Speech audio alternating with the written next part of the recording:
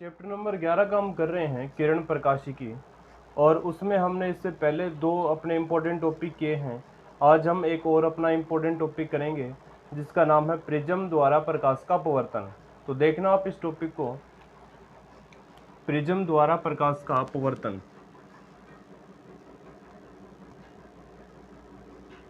Prism द्वारा प्रकाश का अपवर्तन।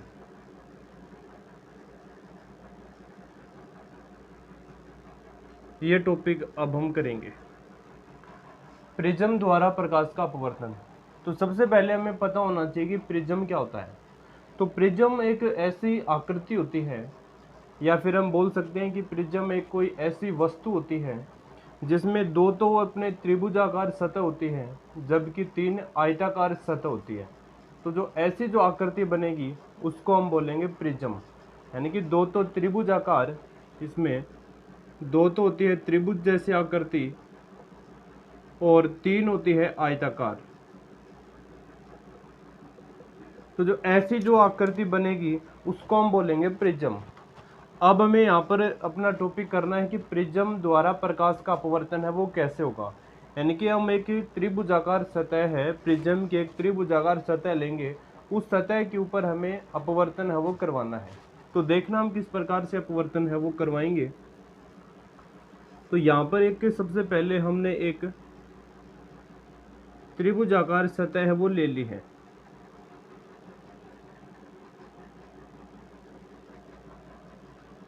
ये प्रिज्म हमने ले लिया है। यहाँ पर नाम है बिंदु ए और यह है बिंदु बी, और यहाँ पर नाम दे देते हैं बिंदु सी। तो एक सतह है ए बी हो गई है इसकी, और एक सतह हो गई है ए सी। ये दोनों सतहों के ऊपर प्रकाश का अपवर्तन होगा।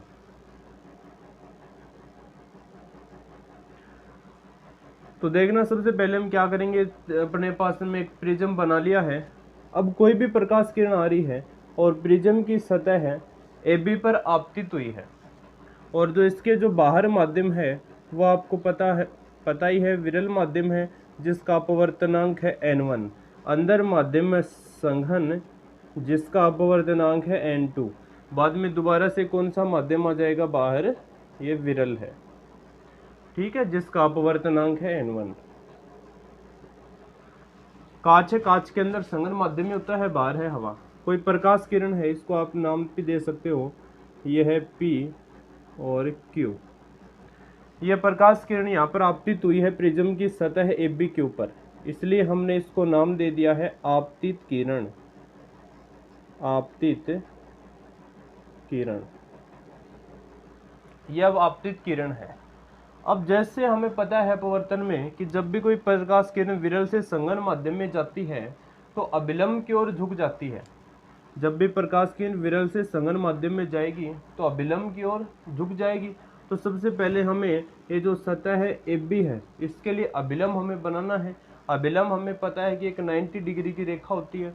तो ये अपनी सतह है, इस सतह के लिए हमें अभिलंब बनाना है। तो अभिलंब बनाने के लिए इस प्रकार से रेखा खींच देंगे तो वो अभिलंब हो जाएगा उसका।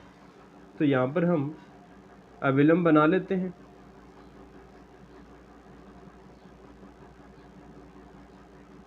ये हो गया है अभिलंब। और जैसे आपको पता है कि प्रकाश किरण विरल से संघन माध्यम में जारी है, हमें पता है कि यह प्रकाश किरण इस प्रकार से सीधी चलनी चाहिए थी, प्रकाश किरण सीधी जानी चाहिए थी, लेकिन यहाँ पर माध्यम हो रहा है चेंज, विरल से संघन हो रहा है, तो ये प्रकाश किरण अभिलंब की ओर झुक जाएगी। तो ये जो प्रकाश किरण थी ये थोड़ी अभिलंब की तरफ झुक जाएगी, इस प्रकार से ये झुक जाती है।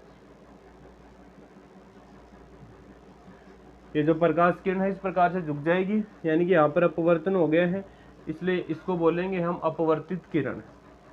अब आप दोबारा से देखोगे इस बिंदु के ऊपर जो सतह है AC है, इस बिंदु के ऊपर दोबारा माध्यम चेंज हो रहा है, हम जा रहे हैं संघन से विरल माध्यम में। तो जो आपतित प्रकाश किरण है वो अभिलंब से दूर हट जाएगी। तो यहाँ पर हमने अभिलंब बना लेना है, यह अभिलंब बना लिया। इस अभिलंब को आप नाम देना चाहो तो दे सकते हो, ये है N1 और ये अभिलंब है N2। ये प्रकाश किरण आ रही थी, माध्यम हो रहा है चेंज संघन से विरल माध्यम, तो प्रकाश किरण अभिलंब से दूर हट जाएगी इस प्रकार से। तो इस किरण को हम बोलते हैं निर्गत किरण। तो यह है PQ, इसको नाम दे देते हैं R, और इस किरण को नाम दे देते हैं S, और इसको हम बोलते हैं निर्गत किरण। निर्गत किरण। जबकि ये जो QR है इसको हम बोलेंगे अपवर्तित किरण। तो यहाँ पर हम ये नाम भी लिख सकते हैं कि जो PQ है ये तो है आपतित किरण, आपतित किरण, और जो QR है यह है अपवर्तित किरण, अपवर्तित किरण, और जो RS है यह है निर्गत किरण, निर्गत किरण। ठीक है यहाँ तक। अब देखना, ये जो अपने आपतित किरण है जो सीधी जा रही थी, और यह निर्गत किरण। अगर हम आपतित किरण, ये तो सीधी जा रही है, अगर निर्गत किरण को हम थोड़ा सा आगे बढ़ाएं, यह हमने इस निर्गत किरण को आगे बढ़ा दिया है, तो यहाँ पर जो कोण बनेगा उसको हम बोलेंगे विचलन कोण। तो ये जो डेल्टा है इसको बोलते हैं विचलन कोण। यानी कि ये वो कोण होता है कि जो आपतित प्रकाश किरण है या फिर प्रिज्म है वो कितने डिग्री पर घूम रहा है। क्योंकि हमें पता है ये किरण एकदम से सीधी चलनी चाहिए थी, लेकिन माध्यम हो गया है चेंज, संघन से विरल माध्यम हो गया है, इसलिए प्रकाश किरण सीधी नहीं चलेगी बल्कि अभिलंब से दूर हटेगी। अगर हम इस निर्गत किरण को पीछे बढ़ाएं और ये आपतित किरण है, तो आपतित किरण और निर्गत किरण के मध्य का जो कोण बनता है उसको हम बोलते हैं विचलन कोण, जिसको हमने लिखा है डेल्टा से। तो आपतित किरण और निर्गत किरण के बीच का कोण होता है विचलन कोण। ठीक है, और ये जो कोण होता है इसको हम बोलते हैं प्रिज्म कोण, प्रिज्म कोण, जिसको हम लिखते हैं कैपिटल A से। यह प्रिज्म कोण होता है। यहाँ पर हम नाम दे देते हैं M है, और यहाँ पर नाम दे देते हैं N। तो ये अपना किरण आरेख यहाँ पर कंप्लीट हो गया है। अब हम एक प्रिज्म के अपवर्तनांक का एक सूत्र यहाँ पर स्थापित करेंगे। तो कंप्लीट जो कैलकुलेशन अब हम करने वाले हैं वो करेंगे इसके अपवर्तनांक का फॉर्मूला निकालने के लिए। तो देखना अपवर्तनांक का फॉर्मूला कैसे निकालेंगे। उसके लिए हम एक समांतर चतुर्भुज ले रहे हैं जो है अपना AQNR। तो यहाँ पर हम लिख रहे हैं समांतर चतुर्भुज, समांतर चतुर्भुज AQNR, AQNR में, और चतुर्भुज के चारों कोणों का योग होता है अपने पास 360 डिग्री। तो चार कोण हम ले लेते हैं। पहला कोण तो अपने पास A, जिसको हम प्रिज्म कोण बोलते हैं, प्लस दूसरा कोण है Q यानी कि AQN। तो ये हमने लिख दिया है AQN। तीसरा कोण है N, तो यहाँ पर हम लिखेंगे QNR, ये लिख दिया है QNR, प्लस चौथा कोण बनेगा NRA या फिर ARN, NRA बराबर सभी कोणों का योग होता है 360 डिग्री। देखना कोण को बीच में ले लिया है। पहले अपना कोण A था, A लिख दिया है, ये Q था, ये Q लिख दिया, ये लिख दिया N, और ये लिख दिया है R। चारों कोण अपने पास आ गए हैं। चारों कोणों का योग हो गया है 360 डिग्री। अब हम रख देते हैं मान, यह है कोण A प्लस AQN। ये जो Q है यहाँ पर, ये जो Q है ये कितना डिग्री का होगा हमें पता है। हमने इस सतह के ऊपर लंब डाला था, तो लंब है वो 90 डिग्री की रेखा के ऊपर डाला जाता है, इसलिए ये जो AQN आएगा ये आएगा 90 डिग्री का। अब हम बात करें N की, यानी कि QNR। ये जो QNR है ये कुछ भी कोण यहाँ पर नहीं बन रहा है, तो इसको हम ऐसा कैसा लिख देते हैं QNR प्लस NRA। तो ये जो R है इस रेखा के ऊपर हमने इसको अभिलंब डाल दिया था, तो ये कोण बनेगा, ये भी बनेगा 90 डिग्री का। तो ये आ गया अपने पास में 360। अब ये 90 और 90 कितने हो गए 180। तो 360 में से हम 180 घटाएंगे तो 180 अपने पास बचेंगे। तो अपने पास में ये आ गया कोण A प्लस QNR बराबर 180। अगर यहाँ से हम कोण ए का मान निकालें तो अपने पास में आएगा 180 माइनस QNR। इसको हम लिख देते हैं समीकरण नंबर 1। ठीक है, यहाँ तक इसको समीकरण नंबर 1 दे दिया है। अब इसमें एक त्रिभुज है जिसका नाम है QNR, वो लेंगे, लेकिन उससे पहले हम यहाँ पर जो कोण बन रहे हैं उनके नाम लिख देते हैं। ये कोण अपने पास है आपतन कोण, क्योंकि यहाँ पर किरण आपतित हुई थी, तो आपतन कोण को हम लिखेंगे I से। तो ये कोण है I। इस बिंदु के बाद में कोण अपवर्तित हो गई थी, तो यहाँ पर हम लिखेंगे अपवर्तन कोण R। जैसे कि यहाँ पर 2 बार अपवर्तन हो रहा है, एक बार यहाँ पर एक बार यहाँ पर, तो इसको हम लिख देते हैं अपवर्तन कोण R1, और यहाँ पर लिख देते हैं अपवर्तन कोण R2। और ये जो कोण होता है, इस कोण को हम बोलते हैं निर्गत कोण, जिसको हम लिखते हैं E से। ठीक है, अब हम एक त्रिभुज लेंगे जिसका नाम है QNR या फिर RQN। त्रिभुज RQN में, तो त्रिभुज के तीनों कोणों का योग हमें पता है 180 डिग्री होता है, तो तीनों कोणों का योग हम करेंगे। सबसे पहले हम कर लेते हैं RQN, कोण RQN प्लस, दूसरा हम ले लेते हैं QNR प्लस, तीसरा बच गया है R, तो यहाँ पर हम लिख लेंगे NRQ, कोण NRQ बराबर में 180 डिग्री।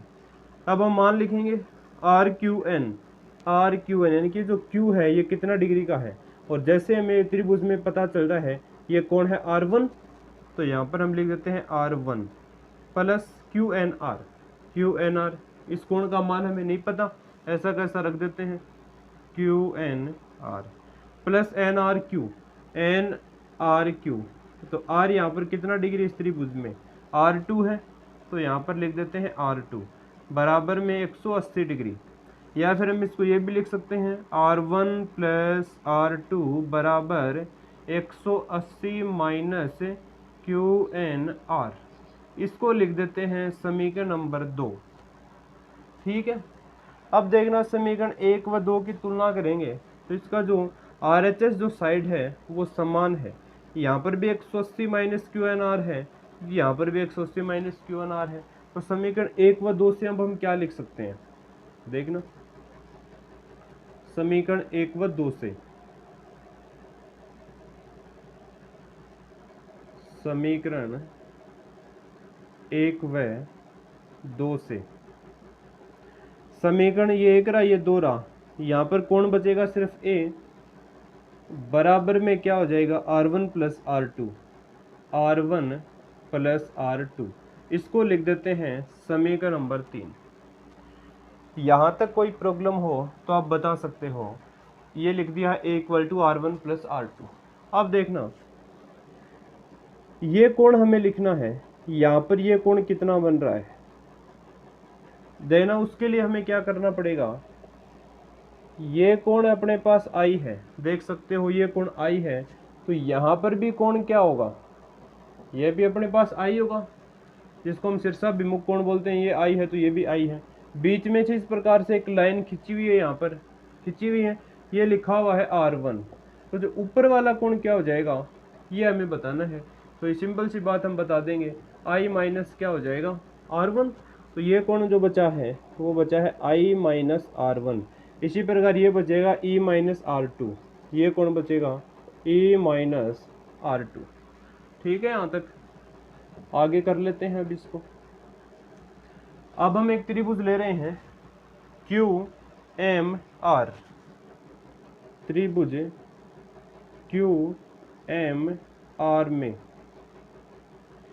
QMR में जैसे कि हमें पता है कि अंदर वाले दो कोणों का योग है वो बाहर वाले कोण के बराबर में होगा।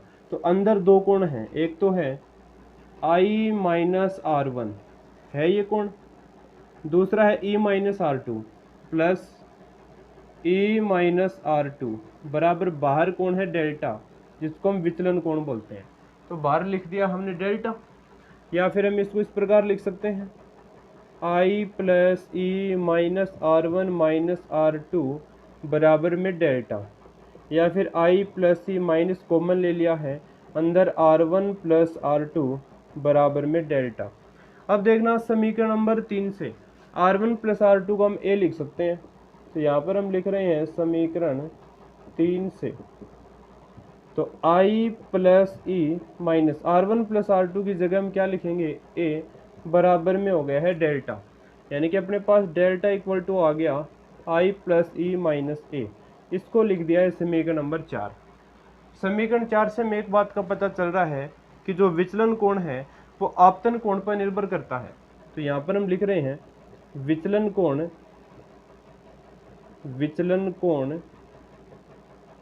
आपतन कोण पर निर्भर करता है। अगर हम विचलन कोण और आपतन कोण के बीच में ग्राफ बनाना चाहें, अगर हम बनाना चाहें यहाँ पर, तो विचलन कोण यानी कि यहाँ पर लिखेंगे डेल्टा और यहाँ पर लिखेंगे आई। अगर हम इसके बीच में, दोनों के बीच में ग्राफ बनाएंगे तो अपने पास में इसका ग्राफ कुछ इस प्रकार से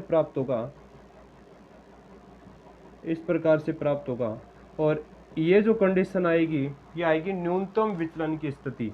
तो न्यूनतम विचलन की स्थिति में आई है वो ई के बराबर में हो जाएगा, और R1 है वो R2 के बराबर में हो जाएगा, और जो डेल्टा है वो हो जाएगा डेल्टा मिनिमम के बराबर में। तो यहाँ पर हम लिखेंगे न्यूनतम विचलन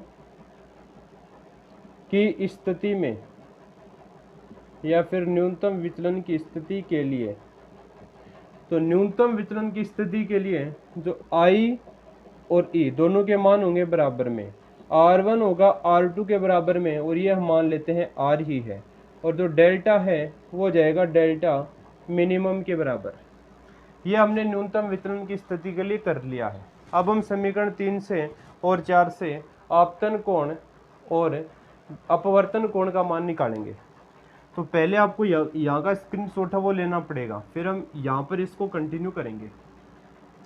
यहाँ पर इसको कर रहे हैं क्योंकि जो अपने पास न्यूनतम विचलन की स्थिति अब आ गई है।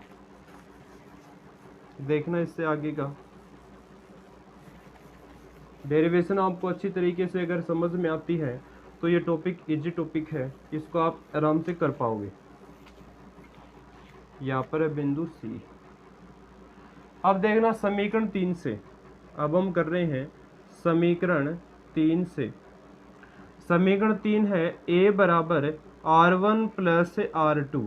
तो a बराबर R1 का मान भी न्यूनतम विचलन की स्थिति में R है और R2 का मान भी R है, तो a इक्वल टू अपने पास में आ गया है 2R। अगर यहाँ से हम a का मान निकालना, यहाँ से अगर हम R का मान निकालना चाहें तो अपने पास में कितना आएगा, a/2। इसको हमने दे दिया है समीकरण नंबर 5। ठीक है, अब देखना समीकरण नंबर 4 से। समीकरण 4 से डेल्टा की जगह हम क्या लिखेंगे, डेल्टा मिनिमम। तो यहाँ पर हमने लिख दिया है डेल्टा मिनिमम बराबर आई प्लस ई है, और ई की जगह भी हम क्या लिखेंगे, आई लिखेंगे। ये लिख दिया आई, और प्लस में है ए, सॉरी माइनस में है ए। तो डेल्टा मिनिमम ये हो गया है 2i माइनस का a। अगर हम इसको 2i बराबर करेंगे तो अपने पास में क्या बचेगा, डेल्टा मिनिमम प्लस a। अगर i का मान निकालेंगे तो डेल्टा मिनिमम प्लस a/2। ये अपने पास में आपतन कोण आ गया है। इसको लिख देते हैं समीकरण नंबर 6।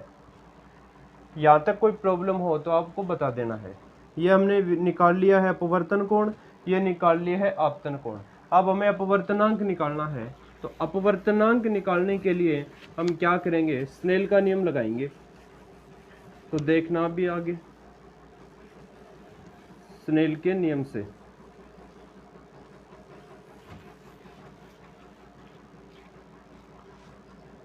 तो अब हमें लगाना है स्नेल का नियम। तो यहाँ पर लिख रहे हैं स्नेल के नियम से। तो स्नेल का नियम क्या है, साइन आई बटा साइन आर बराबर होता है n2 बटा n1। और आई और आर का मान समीकरण 5 व 6 से रख सकते हैं हम। समीकरण 5 व 6 से तो साइन आई का मान है डेल्टा मिनिमम प्लस a/2 बटे साइन आर का मान है a/2, ये रख दिया है a/2 बराबर में है n2 अपॉन n1। एक ये फॉर्मूला आपको पता होना चाहिए। नेक्स्ट अगर हम बात करें तो n1 बराबर है, तो n1 यहाँ पर हमने विरल माध्यम का अपवर्तनांक माना है और विरल माध्यम का अपवर्तनांक 1 होता है। और n2 बराबर हम मान लेते हैं n के, तो रखते हैं मान यहाँ पर। तो अपने पास में n बराबर आएगा sine delta minimum plus a/2 upon sine a/2। एक अपवर्तनांक का फॉर्मूला अपने पास में यह आ गया है। ठीक है। नेक्स्ट अगर बात करें, यदि कोण सूक्ष्म हो तो साइन थीटा को हम लगभग में किसके लिख सकते हैं, थीटा के। तो इसी प्रकार ये delta minimum plus a/2 theta ही है। तो n इक्वल टू अपने पास आएगा डेल्टा मिनिमम प्लस a/2 बटा a/2। 2 से 2 कैंसिल हो जाएगा, 2 से 2 कैंसिल, तो डेल्टा मिनिमम प्लस a और अपॉन में आ गया है a। वज्र गुणा करें इसकी, तो वज्र गुणा करेंगे तो अपने पास में आएगा डेल्टा मिनिमम प्लस a बराबर एन ए, या फिर डेल्टा मिनिमम बराबर हम करेंगे तो एन ए प्लस का उस साइड जाते हो जाएगा माइनस का। तो डेल्टा मिनिमम इसमें a कॉमन आ गया, अंदर बचेगा n-1। और इस फॉर्मूले से हम न्यूनतम विचलन निकाल सकते हैं। इस फॉर्मूले से तो हम अपवर्तनांक निकालेंगे और इस फॉर्मूले से हम निकालेंगे न्यूनतम विचलन। तो ये अपना टॉपिक था प्रिज्म द्वारा प्रकाश का अपवर्तन। उसके लिए हमें एक अपवर्तनांक का फॉर्मूला निकाला है और एक हमने निकाला है न्यूनतम विचलन का, न्यूनतम विचलन कोण का फॉर्मूला हमने निकाल लिया। तो इस टॉपिक को भी आपको अच्छी तरीके से तैयार करना है। नेक्स्ट वीडियो में हम इस चैप्टर का एक और इम्पोर्टेंट टॉपिक है वो करेंगे, तो आपको अच्छे तरीके से इस टॉपिक को अच्छी तरीके से आपको इसकी प्रैक्टिस है वो कर लेनी है। नेक्स्ट वीडियो में हम इस चैप्टर का नेक्स्ट इंपॉर्टेंट टॉपिक है वो करेंगे।